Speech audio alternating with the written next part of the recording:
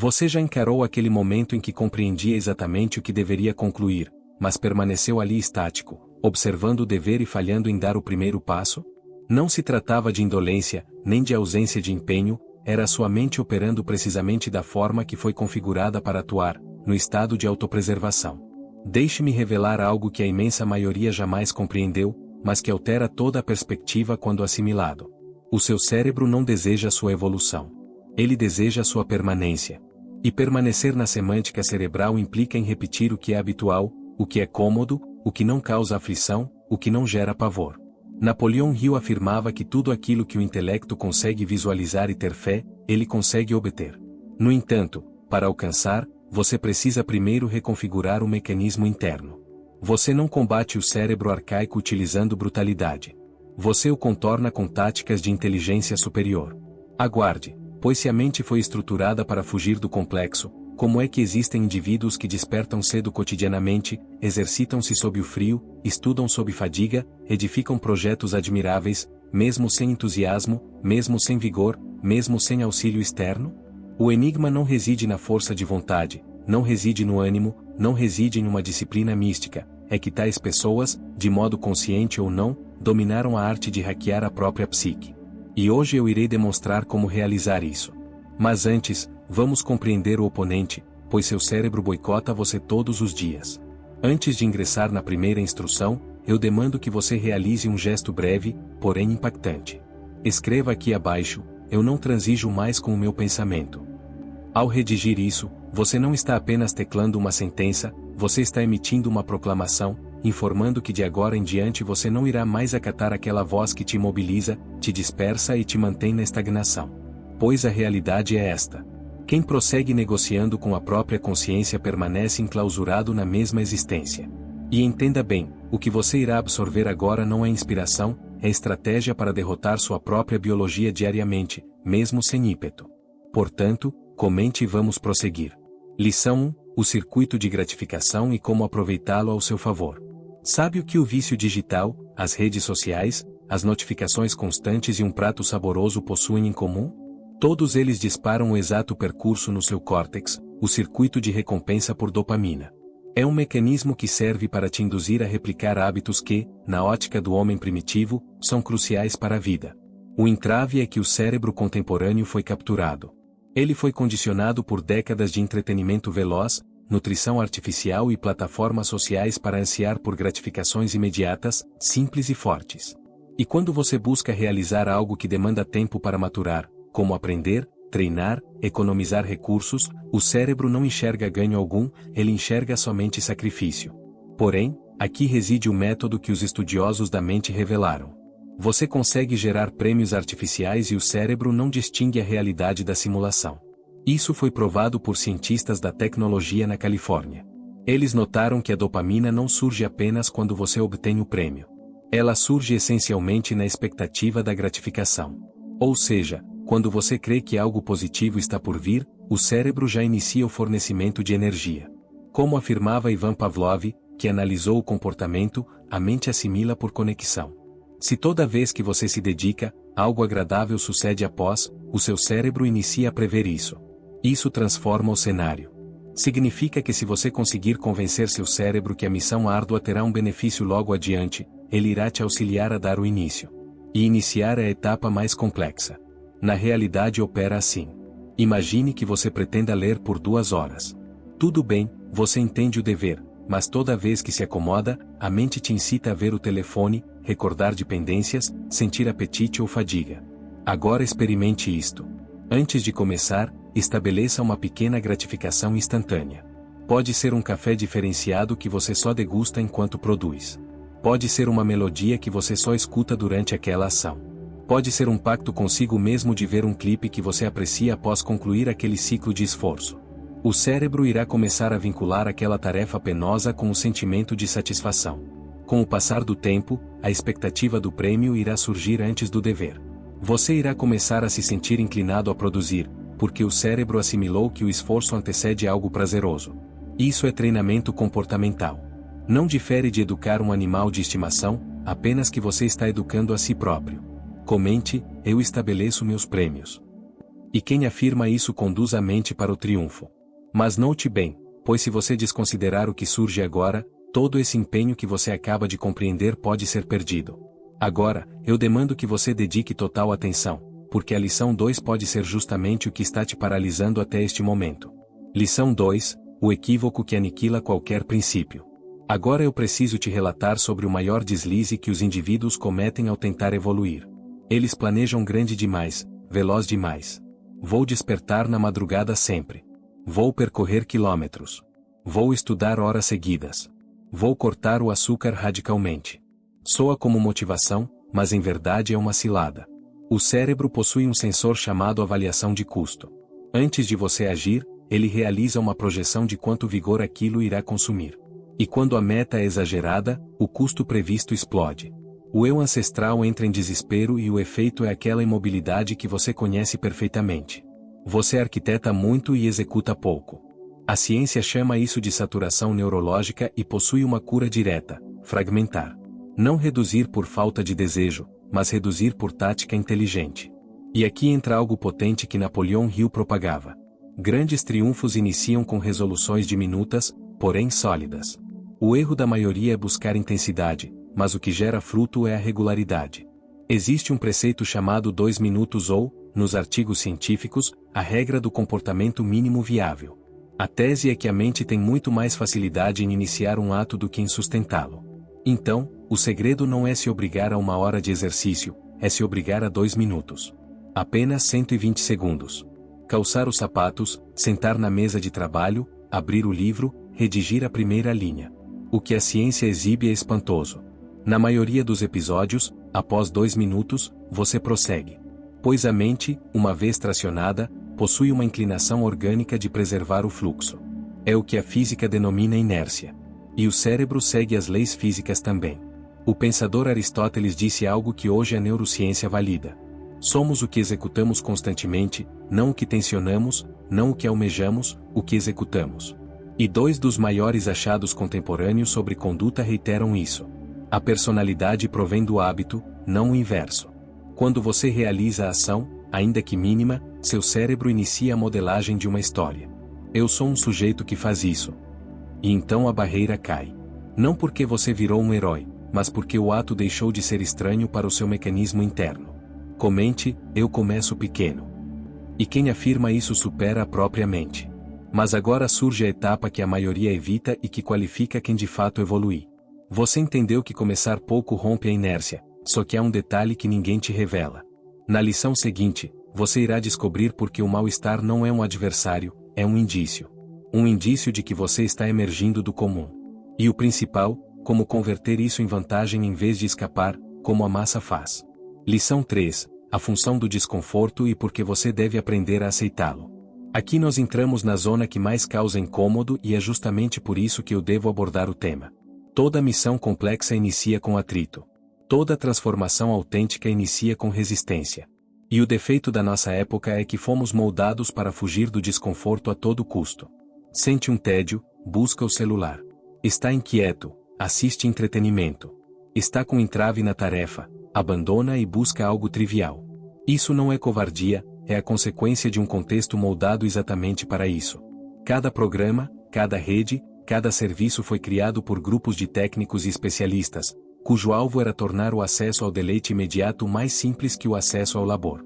Contudo, o que a ciência cerebral demonstra com nitidez é que o desconforto não é o vilão, ele é o guia.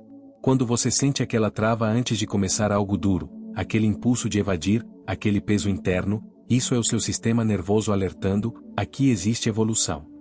Pois o progresso, sempre que ocorre, é antecedido pelo atrito. Um tecido muscular só se expande quando confrontado com um peso que ele ainda não suportava. Uma sabedoria só se fixa quando você encara a angústia de ignorar e insiste mesmo assim. Um vínculo só se torna profundo quando 2 indivíduos atravessam crises juntos e optam por permanecer. E aqui entra algo vital que Napoleão Hill ensinava. Toda adversidade traz consigo o germe de uma vantagem correspondente. O desconforto é esse germe, mas quase todos desistem antes de cultivar. O desconforto não é a barreira, ele é o portal. E a academia tem uma nomenclatura para o que sucede quando você aprende a cruzar esse portal frequentemente: neuroplasticidade direcionada. O cérebro fisicamente altera sua malha quando você reitera condutas difíceis. Ele edifica novos caminhos, reforça os núcleos de domínio próprio no lobo frontal e diminui aos poucos a reação de pavor do eu primitivo perante aquela prática. Em linguagem clara, quanto mais vezes você encara o difícil, mais natural se torna executá-lo. Não porque a missão suavizou, mas porque seu cérebro foi reconstruído para processá-la de outro modo. Comente: eu aceito o desconforto, e quem afirma isso apressa o próprio êxito. Se você captou isso, então acaba de notar algo perigoso. Não é a obrigação que te trava, é a sua negação ao mal-estar. E aqui está o ponto de virada. Sentir desconforto não te bloqueia, te habilita. Na lição seguinte, eu vou te exibir como romper esse ciclo usando uma tática breve, porém extremamente eficaz, que te move mesmo sem desejo. Lição 4: a estratégia do eu do futuro. Aqui eu desejo te entregar uma das práticas mais robustas que a psicologia do hábito desenvolveu nos tempos atuais. Ela é rudimentar, mas raros indivíduos a aplicam seriamente. Chama-se antecipação cognitiva específica, mas eu prefiro titular como diálogo com o seu eu futuro. Opera desta forma. Antes de um desafio, você silencia por 30 segundos. Não para fantasiar o sucesso absoluto, aquela existência idealizada que parece utópica. Você antecipa o passo seguinte. Você ao término daquela jornada, tendo cumprido o que era vital. Como você se sente? O que mudou? Que classe de indivíduo você está encarnando naquele instante? Isso aciona o córtex, a central de comando do seu cérebro, e gera um elo entre o agora e a ação indispensável. Pesquisas da Academia de Toronto exibiram que essa tática, quando feita com constância, amplia muito a chance de conclusão de metas, que é o termo técnico para cumprir o prometido. Agora una isso a um preceito de Napoleão Hill. A mente humana pode atingir tudo que consegue projetar e crer. Mas aqui reside o adendo que poucos percebem. Não basta sonhar com o cume. Você precisa visualizar a trilha. Pois é na trilha que a maioria abandona, mas há um ponto vital que muitos erram. A projeção só funciona se você incluir as barreiras. Se você imagina apenas a glória, o cérebro entende como se já fosse real e reduz a energia de busca. É por isso que às vezes você idealiza muito algo e na prática não sai do lugar. O cérebro recebeu o prêmio na ficção e não vê motivo para lutar na realidade. O método correto é este: preveja o triunfo que deseja. Em seguida, preveja os entraves que surgirão no trajeto. Depois preveja como você irá reagir a cada entrave. Quando a mente treina o obstáculo antes de encará-lo, ela cria o que os especialistas chamam de planos de implementação prévios. No momento em que o revés surge de fato, a conduta já foi praticada. O eu primitivo entra em choque com menos vigor porque aquilo não é mais uma incógnita total. Você já atravessou aquilo mentalmente e sobreviveu. Comente: eu ajo como o meu eu futuro. E quem afirma isso reduz a distância do êxito. Se você achou que contatar seu eu futuro era potente, o que surge agora altera o destino de fato, porque não adianta conhecer a técnica se o seu cotidiano segue boicotando tudo silenciosamente. Na lição seguinte, você irá entender como indivíduos comuns estão reprogramando a própria mente na prática. Não em teorias, não em picos de ânimo, mas no dia a dia onde a maioria sucumbe. Lição 5: a rotina de quem dominou a própria biologia. Eu quero te exibir como isso se traduz na existência comum. Não na rotina de um campeão mundial, nem na vida de um magnata, na vida de um cidadão comum, com tarefas, lar, descendentes, boletos. Existe uma mulher chamada Andrea. Ela possui 34 anos, labora 8 horas diárias, regressa ao lar fatigada, precisa zelar pelos filhos, cozinhar, organizar e ainda almeja dominar outro idioma. O modo antigo de tentar era: entusiasmo de domingo, meta gigante, começa na segunda, na quarta desistia. Após compreender a mente, ela estabeleceu um costume de 2 minutos. Todo dia após a refeição, antes de qualquer distração, ela acessa o curso de idiomas por 2 minutos, somente 2, sem dever de ir além. O que sucede? Quase sempre, ela permanece mais, pois a inércia carrega. Mas mesmo quando não permanece, aqueles 2 minutos ocorreram e a mente anotou: eu sou alguém que estuda todos os dias.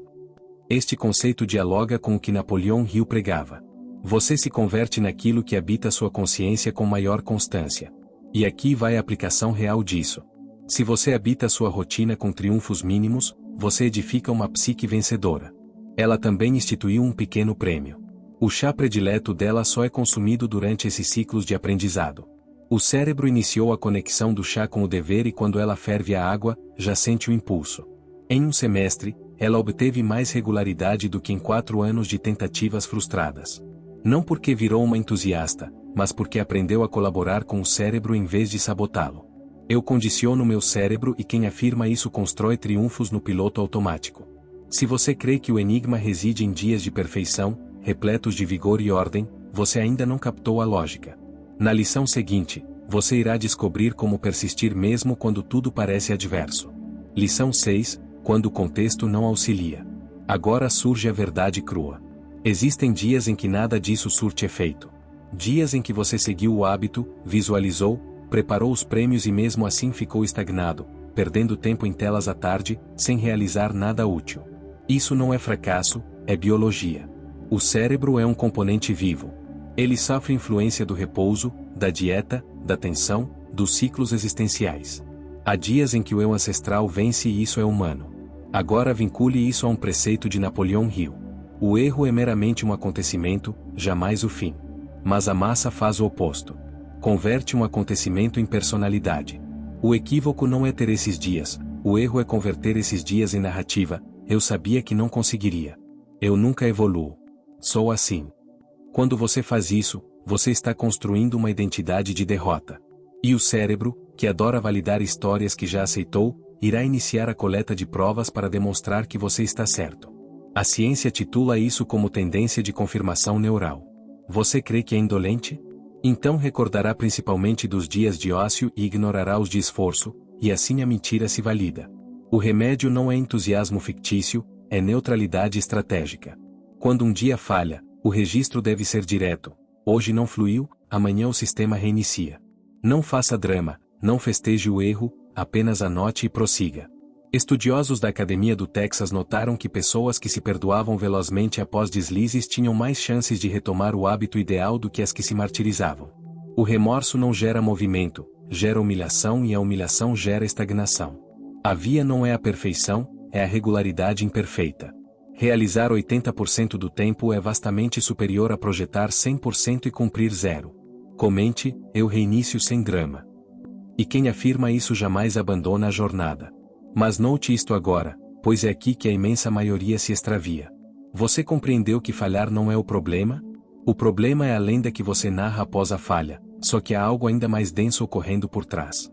Algo invisível, mudo e que está gerindo suas escolhas sem sua percepção. Na lição final, você irá descobrir as 3 diretrizes da mente que ninguém jamais te transmitiu.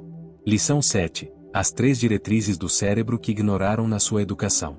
Após tudo que debatemos, deixe-me sintetizar em 3 diretrizes reais que você pode aplicar imediatamente. Diretriz do menor trajeto. Sempre que uma missão parecer colossal, fragmente-a no menor ato que demande ação. Não redigir um volume, redigir uma frase. Não perder quilos, fazer uma refeição correta agora. Ação gera ação. O passo inaugural é o mais vital, pois ele aniquila a imobilidade.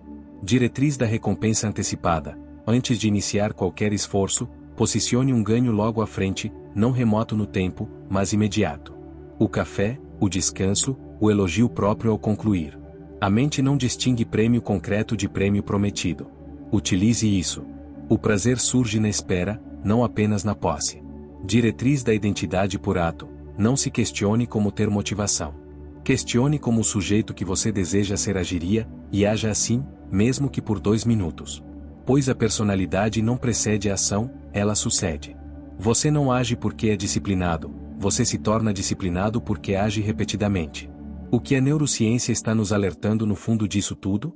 Que você não está estragado, que sua barreira de iniciar, de sustentar, de caminhar para o que vale a pena, não é falha moral, é o efeito de um sistema nervoso moldado para um mundo que não existe mais. Mas você possui algo que o homem das cavernas não teve, a perícia de entender o mecanismo e editá-lo. Aqui entra o preceito de Napoleão Hill. Você se torna aquilo que pensa e faz. Você se torna o que faz mesmo sem ânimo. Cada vez que você age apesar do desconforto, envia um sinal ao cérebro, esse rumo é seguro. Cada microacordo cumprido edifica a prova de que você é digno de confiança. O caminho começa sempre com um único passo, o menor possível. A maioria irá esquecer tudo isso em instantes. Mas você não. Assim que este vídeo encerrar, você dará o menor passo agora. O que separa o sonho da mudança não é o ânimo, é o ato imediato, mesmo que imperfeito.